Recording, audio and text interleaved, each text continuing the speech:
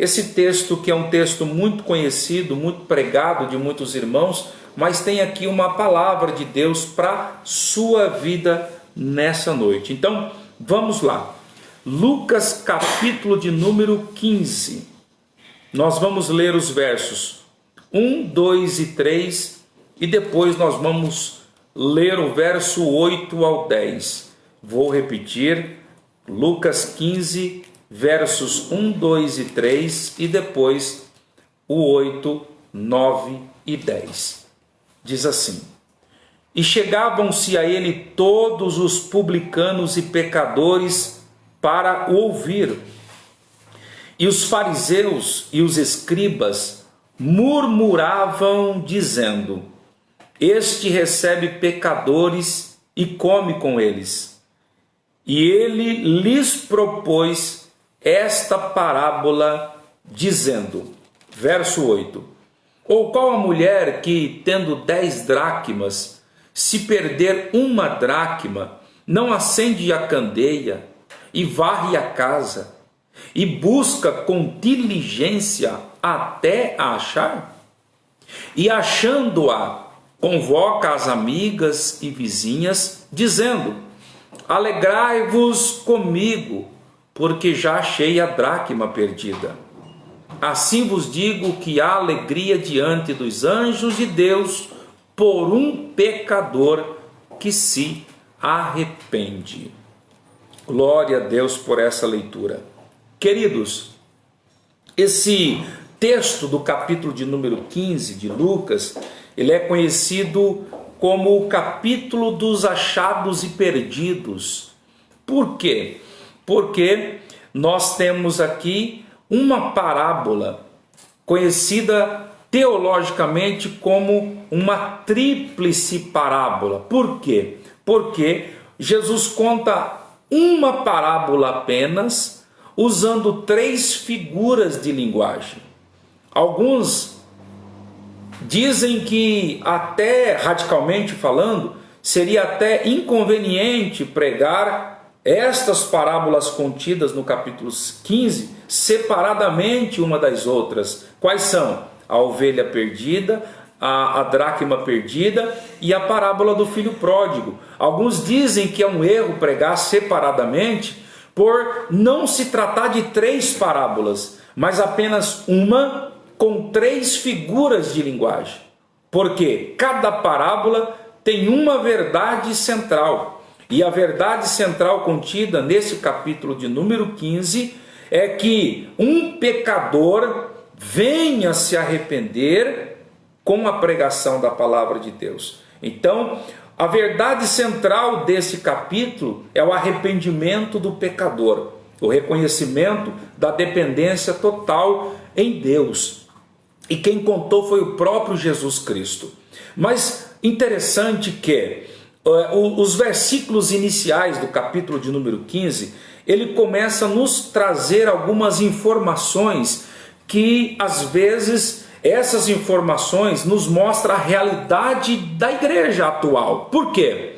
Primeiro versículo, se você tem a sua Bíblia aí, pegue-a novamente, por gentileza. Diz assim: E chegavam-se a ele quem? Jesus. Chegava até Jesus quem? Os publicanos e os pecadores. Então, você percebeu que até Jesus chegavam 2 tipos de pessoas. Que tipos de pessoas? Publicanos e pecadores. Quem eram os publicanos? Eram judeus que trabalhavam para o Império Romano, cobrando impostos dos próprios compatriotas judeus.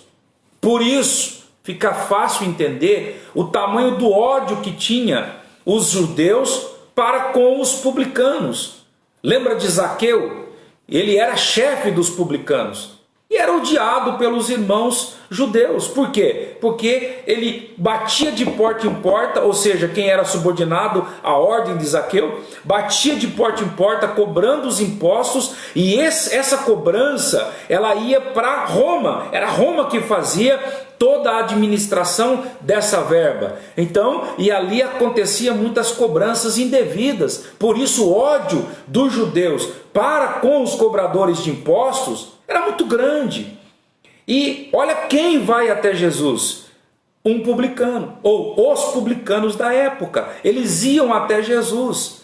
Eu posso chamar esses publicanos de rejeitados da época, porque eles não podiam entrar no templo para adorar. Eram rejeitados nas rodas de adoração. Se fosse acontecer como acontece hoje em dia, eles eram rejeitados. E quem foi até Jesus? Os rejeitados. Mas tem uma outra classe de pessoas que foram até Jesus aqui, no versículo 1. Quem são eles? Os pecadores. Os pecadores são quem? Aqueles que vivem na prática do pecado. Aquelas pessoas que muitas vezes nós não queremos andar perto, porque existe uma classe de crente hoje que ele fala assim que são os contamináveis. Não, se você andar com aquela pessoa, você vai se contaminar. Se você andar com fulano de tal, você vai se queimar. Aquela pessoa é queimada na cidade. Aquele fulano é queimado na região. Não, é pecador, tem um passado negro, um passado cheio de pecados e problemas. Mas espera aí, eu vejo no versículo 1 que são essas duas classes de pessoas, tanto os publicanos rejeitados, quanto os pecadores, que vão até Jesus. E eles vão para quê? Olha o final do versículo de número 1. Eles foram ali para reclamar? Eles foram ali para jogar pedra em Jesus? Eles foram ali para falar que o culto estava sem graça? Eles foram lá falar que o pregador estava sem unção? Estava cantando ou pregando sem graça de Deus? Não! Eles foram lá para ouvir Jesus pregar. Era um culto que estava acontecendo ali. E olha quem foi para ouvir: publicanos e pecadores. E o mais interessante, Jesus não expulsou nenhuma classe. Jesus não falou que eles tinham que voltar para casa. Era mais ou menos assim: eu não pedi, mas já que vocês vieram, vão ouvir a palavra de Deus. Por quê? Porque ninguém nos contamina. Esse negócio de que muitos anos nós ouvimos: não vai para aquele lugar que você vai ser contaminado. Peraí, aonde é que a luz brilha se não for nas trevas? Nós somos a luz do mundo, meus irmãos. Assim como Cristo é a luz superior, nós somos o sal da terra. O sal, ele só tem sabor aonde não tem tempero. Não é assim? Nós é que fazemos a diferença num mundo cheio de diferenças. Não é assim? Cheio de indiferenças, melhor dizendo. Então nós temos que fazer a diferença. Agora, assim como no primeiro versículo apresenta aqui duas classes de pessoas, olha para o versículo de número 2. Olha agora, olha o que diz o verso 2. E os fariseus e os escribas murmuravam. Então peraí, vamos entender o cenário. Estava acontecendo um culto. Quem era o pregador desse culto? Era o pastor Eliel Messias? Não, era Jesus. E nesse culto que Jesus era o preletor oficial, chegou, primeiro, pecadores e publicanos. Detalhes: não foi cobrar imposto de ninguém, não foi reclamar de pecado de seu ninguém. Eles estavam ali, no final do verso 1, para ouvir. Só que no verso 2, também apresenta aqui duas classes de pessoas, que às vezes estão dentro da igreja. Escribas e fariseus. Quem eram os escribas e fariseus? Guardiões da lei. Aqueles que seguiam a lei à risca. Não negavam a lei. Estavam ali, matavam até por conta da lei. Religiosos, se fosse chamar hoje em dia, eram os religiosos de plantão. Conhece alguém? Essa pessoa que mata o outro na fé para defender uma religiosidade. Está cheio por aí. Está cheio por aí. Fariseu. Espírito de fariseu, é o espírito farisaico. Só que detalhe, enquanto publicano, enquanto os pecadores estavam ali para ouvir o que Jesus ia pregar, os fariseus e os escribas estavam ali para murmurar. Quanta gente vai na igreja só para murmurar? Conhece alguém? Está cheio de gente que ele vai e quando acaba o culto, ele sai dizendo: não gostei daquele louvor, a irmã desafinou, a irmã errou o tom do louvor, aquele irmão errou, eu não gostei da palavra, o pregador estava sem graça, por mim eu nem no culto estava. Conhece alguém assim que é murmurador, reclamão? O que é murmurar? Murmurar é tecer comentários negativos. Está cheio. Eu não estou falando com quem não é crente, eu estou falando com os crentes mesmo. Está cheio de crente murmurador, que só tem palavras negativas na boca. A pessoa canta, ele reclama de quem cantou. A pessoa conta um testemunho, ele fica dizendo: quero ver até onde vai. A pessoa diz: eu estou firme. A pessoa diz: logo, logo desiste e volta para o mundo. Aquele pensamento negativo não sai da cabeça. É o espírito farisaico, é o espírito dos escribas.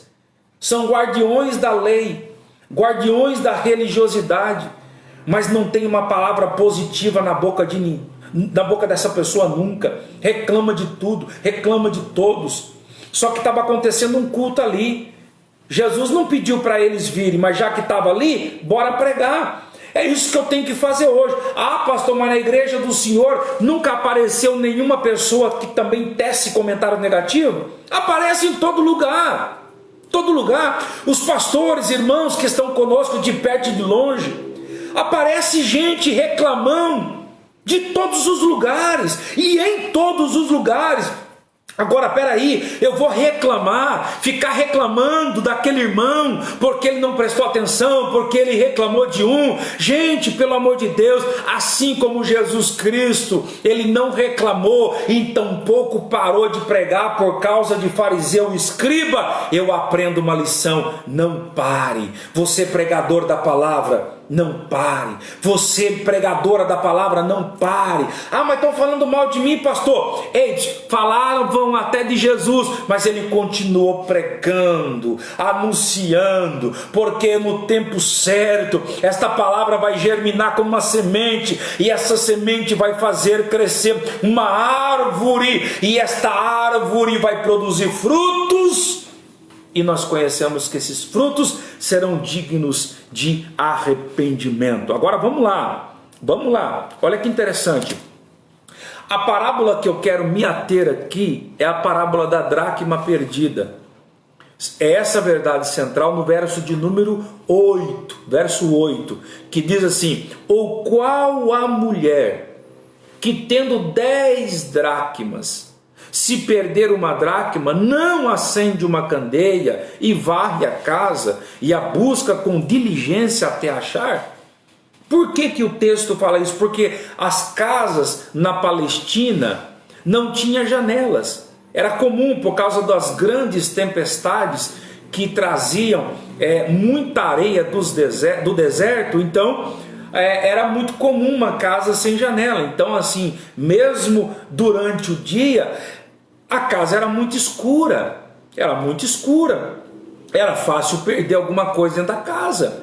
Então o ambiente não era propício para quem anda derrubando coisas. Então essa casa, meus irmãos, ela representa o estado atual do mundo. Então no mundo também não é lugar de se estar perdendo dons, se está perdendo ministério, se está perdendo oportunidades, se está perdendo chances. Porque você perde uma coisa hoje, é muito difícil de você recuperar. Olha o cenário hoje, quanta gente desviado, se afastando dos caminhos do Senhor. Para voltar é muito mais difícil do que se afastar.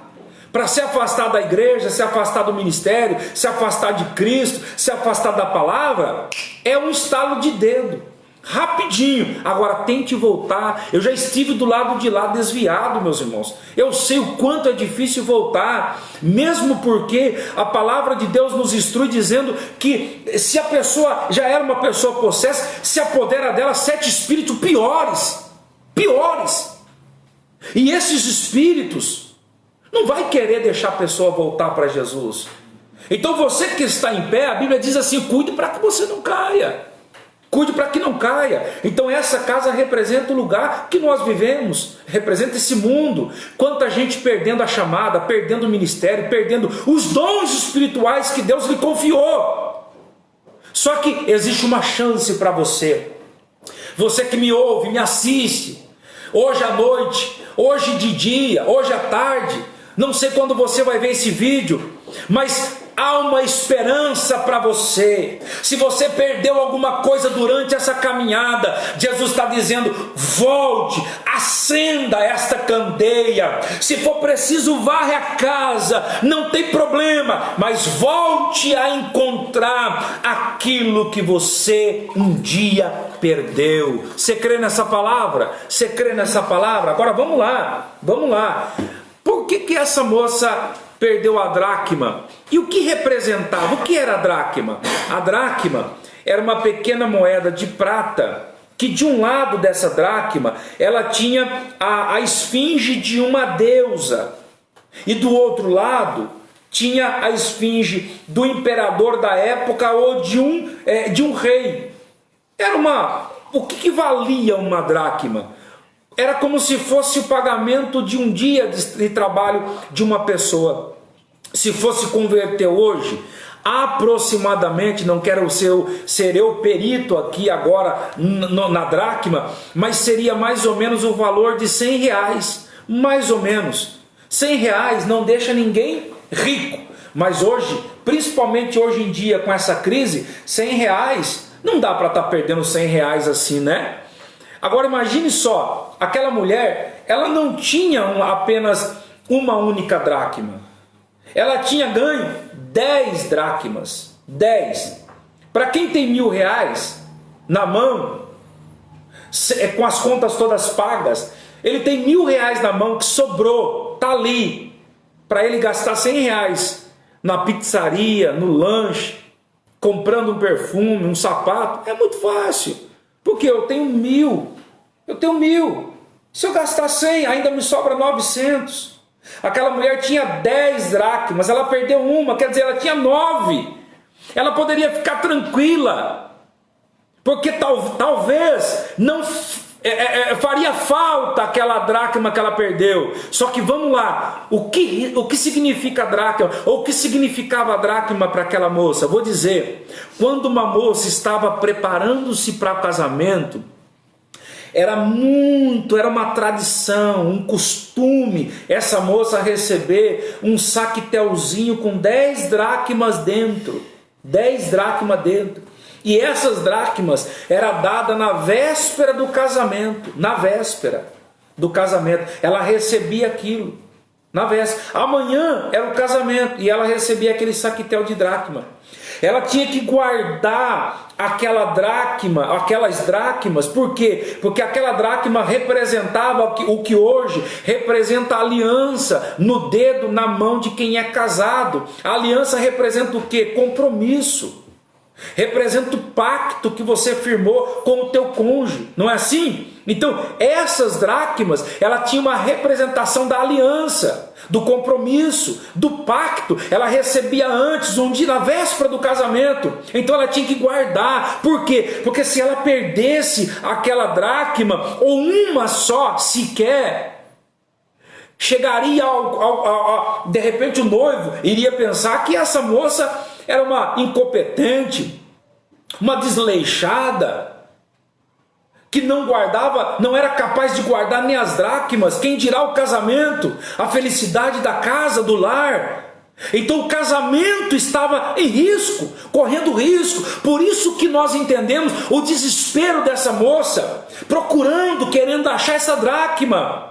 E era comum também naquela época, meus irmãos, ela pegar, as moças, as donzelas, pegar todas as 10 dracmas e fazer uma diadema e colocar na cabeça. Era mais ou menos igual a tiara que as mulheres hoje em dia usam na cabeça. Então ela punha aquela diadema com todas as dracmas, porque representava o compromisso. Aonde ela andava na rua, ia na casa de alguém, sabe aquele galanteador barato que olha as moças e fica cantando no meio da rua? Então, quando olhava para ela, assim como olha na mão de uma pessoa compromissada, dizia assim: nessa eu não posso tocar, porque essa tem compromisso. Peraí, eu preciso liberar essa palavra para você. Talvez o diabo esteja olhando para você e vendo como uma noiva descompromissada, uma pessoa que perdeu já os valores, perdeu as dracmas, e olha para você e diz: olha lá, eu vou ganhar essa pessoa simplesmente com uma cantada barata. Não, quem tem compromisso com Jesus, ele está à véspera do casamento, assim como a igreja está às vésperas do casamento,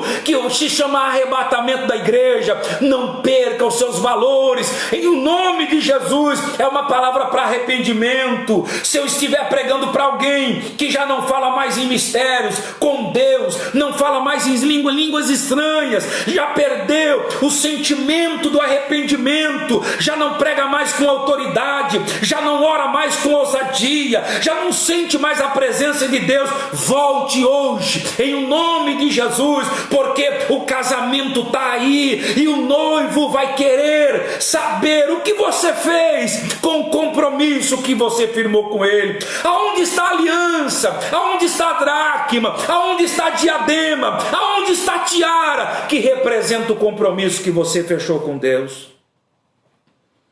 Talvez nós não olhamos para o cenário bíblico e comparamos com o cenário atual. Eu falo com muito sentimento, talvez até com tristeza. Muitas pessoas serão surpreendidas naquele dia, porque perderam os valores. Que valor, pastor Eliel Messias? Os valores que fariam com que o noivo te reconhecesse como uma noiva preparada. Olha para você, faça aquela análise introspectiva em você mesmo. O que eu perdi durante a minha caminhada? O que eu fazia que hoje eu não faço mais? O que está me afastando de Deus, que outrora não me afastava? Volte hoje, volte. Talvez eu esteja pregando para alguém que durante a sua caminhada você perdeu alguma coisa, e Deus, talvez por sua bondade, esteja me usando aqui para dizer para você, talvez uma desviada dos caminhos, um desviado, Ele está dizendo: volte, busque os valores perdidos, resgata o que você perdeu, como aquela moça, se for preciso, acende a candeia de novo. Ah, meu Deus! Mas não fique sem sentir a presença de Deus. Agora vamos lá. Algumas lições que eu aprendo com esse texto. Aquela mulher, ela pega uma candeia. O que é uma candeia, pastor? Eu vou dizer, candeia é uma pequena vasilha com luz individual. É bem parecido com a luz da vela que a gente usa. A gente fala no geral, né? Minha mãe usava muito isso na casa quando acabava a energia. Minha mãe acendia uma vela, mas a vela ela é tão pequena, a sua luminosidade, que cada um precisa de uma vela na mão para ir nos cômodos da casa. Por quê? Porque é uma luz individual. A candeia é diferente da lamparina, que tem uma luz maior, né? Ou do lampião. A candeia era uma luz pequena, individual, cada um tem que ter a sua. Agora, olha que interessante, meus irmãos. Tem uma aplicação de Deus aqui. Cada um precisa ter a sua candeia. Nós temos que parar de ficar andando na luz do outro, na luz do ministério do outro. Está cheio de caronice por aí. Pessoas que ele vive mais na luz do outro, no ministério do outro, naquilo que Deus fez na vida da pessoa do lado. Pelo amor de Deus, eu quero profetizar na tua vida. Eu profetizo que Deus vai colocar na tua mão.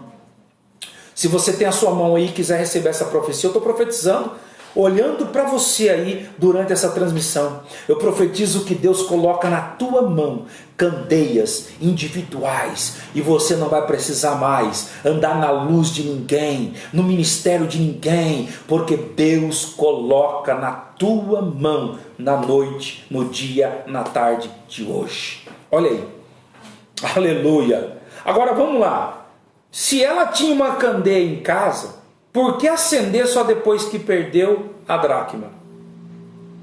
Está cheio de gente assim. Está cheio de gente assim, que só dá valor depois que perde. Não é assim? Só acende depois que perde.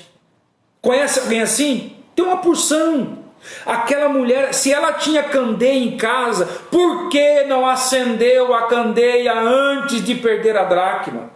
Por que esperou perder a dracma para depois Acender, meus irmãos, você que me ouve, em nome de Jesus, não perca coisas de valores que refletem o valor da sua salvação, para depois lembrar que você pode orar, para depois lembrar que você pode falar com Deus, para depois lembrar que você tem uma Bíblia em casa e pode abrir e lê-la, que você pode entendê-la. Só depois você vai lembrar que tem candeia, só depois eu vou lembrar que Deus pode me ouvir, só depois eu vou lembrar que tem um Deus no céu. Não, pelo amor de Deus, volte com força total, volte ler Bíblia quem lia, volte jejuar quem jejuava, volte para a casa do Senhor. Ah, pastor, mas a igreja está fechada. Mas talvez a casa do Senhor é a tua casa, representando agora como igreja, representada agora como um ambiente de culto. Faça agora talvez o que você não fez quando a igreja estava aberta.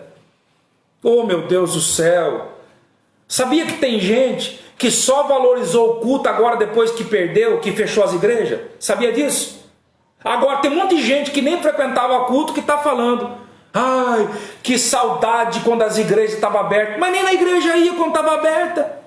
Sim ou não? Não é verdade? Pastor, o senhor está batendo em mim? Não, Jesus está te alertando. Não espere perder para valorizar. Oh meu Deus, oh glória. Jesus está dizendo: se agarre na pouca força, mas não espere perder, no nome de Jesus. Agora vamos lá, eu preciso concluir a mensagem. Ela tinha candeia e estava no escuro, mas para você acender uma candeia, você precisa de alguns utensílios, não é verdade? Você precisa. Ela precisava do quê? Ela precisava de azeite, que é o óleo. Gente, os irmãos que estão aqui, os irmãos que estão em casa, a mulher tinha uma candeia em casa e ela tinha azeite e preferiu o escuro. Quanta gente assim, Ederson Bicudo, Eliane, Maiara, Gustavo, e você que está em casa, olha só quantas pessoas. O azeite representa na Bíblia a presença do Espírito Santo. Quanta gente ainda desfruta a presença do Espírito Santo. Como? Todo dia dizendo: não faz isso não, isso me desagrada, Deus está olhando, eu te amo, não vai lá não, não fala isso não, não age assim não. É o azeite, é a presença do Espírito Santo ali com você. Pelo amor de Deus, não espere perder para valorizar. Eu estou falando isso aqui, sabe? Eu estou sentindo a glória de Deus me tomando aqui para falar com alguém que está conosco nessa transmissão, que está conosco nesse culto. Não perca a presença do Espírito Santo de Deus, meus queridos amigos e irmãos, porque aquela mulher, ela tinha candeia, ela tinha um azeite, mas preferia o escuro. Agora vamos lá. Tinha uma outra coisa, além da candeia, além do azeite, ela precisava ter pavio.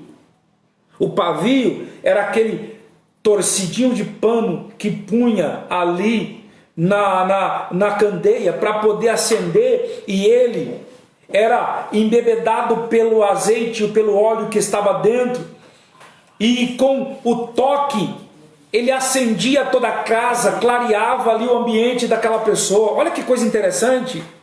Aquela mulher do capítulo 15 de Lucas, do 8 a seguir, ela tinha candeia, tinha azeite, tinha pavio. Ela tinha tudo que precisava, meus irmãos, mas estava no escuro. Quando que ela se lembrou? Quando perdeu a dracma. Ah, meu Deus, Deus está falando com muita gente que Ele confiou ministério, dons espirituais, mas está jogado de lado, você não usa mais. Deus está dizendo: ei, vai perder primeiro? Não vai perder, porque Deus está lhe tocando pelo poder da sua palavra. É noite, é dia, é tarde, é momento de você valorizar o que Deus já lhe deu.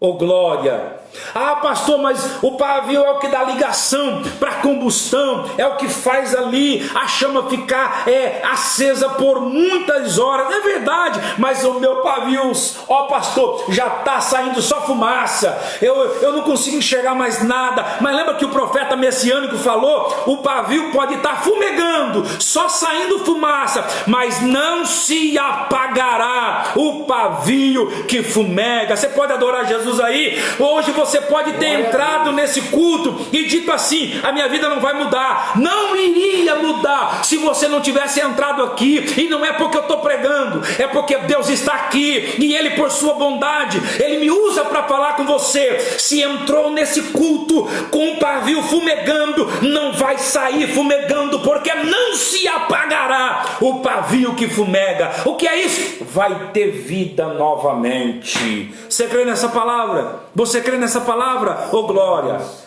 E o último utensílio que ela tinha em casa, última coisa, eu poderia falar, o último elemento que ela tinha em casa, porque precisava de uma coisa para acender a candeia, sim ou não? Precisava ou não? Alguém já está pegando aí a palavra. Precisava de algo, de um elemento para poder acender aquela candeia. E o que é, meus irmãos? O que é? Isso mesmo, é isso aí, o fogo. A mulher tinha candeia, a mulher tinha azeite, a mulher tinha pavio e a mulher tinha fogo. Oh meu Deus, o fogo é a representação da Trindade. Oh glória, oh glória. A representação de Deus, a representação de Cristo, a representação do Espírito Santo, irmã Elaine, irmã Renata, irmã Jaqueline, todos vocês, irmã Paula, é a representação do próprio Deus, ali, a Trindade. Meus irmãos, aquela mulher perdeu, estava preferindo perder, tendo a presença do fogo. Eu quero profetizar, eu recebo a autoridade de Deus aqui, e quero profetizar na tua vida. Eu profetizo que vai descer fogo, você na sua casa, aonde você está, irmã Erli, Vanderlei, toda a família, aonde você está, eu profetizo que vai descer poder de Deus, o fogo, a chama do Espírito Santo vai voltar a acender, a chama, o desejo por almas, o desejo pela casa de Deus, o desejo pelo culto, o desejo pelo amor, o desejo pela comunhão, o desejo pela fé vai voltar. Talvez eu esteja pregando para alguém que está afastado dos caminhos do Senhor. Deus está me tocando aqui para dizer, vai voltar desejo hoje, vai voltar na tua casa, na tua vida, na tua alma, o desejo de ter tudo que você um dia perdeu, hoje vai voltar, diz o Senhor. Você acredita nessa palavra? Você acredita nessa palavra? Oh glória! Eu termino finalizando aqui, que a palavra do Senhor é a lâmpada. A palavra do Senhor é a lâmpada. E lá, como está escrito lá no Salmo 119, verso de número 105, lâmpada para os meus pés é a tua, o quê? Isso mesmo, palavra. Lâmpada para os meus pés é a tua palavra, e luz para os meus caminhos. Oh glória! Lâmpada para os meus pés, luz baixa, e luz para os meus caminhos, luz alta. Lembra do carro? Luz baixa e luz alta. Se precisar clarear o lugar que você estiver, seja ele de trevas ou não, Jesus, a palavra, é a luz baixa que precisa. E se precisar enxergar aonde muita gente não está enxergando, a palavra de Deus também é a luz alta da tua vida, desse veículo chamado vida. Eu termino dizendo que ninguém vai andar em trevas. Você pode tomar posse dessa palavra? Você pode tomar posse dessa palavra? Em nome de Jesus.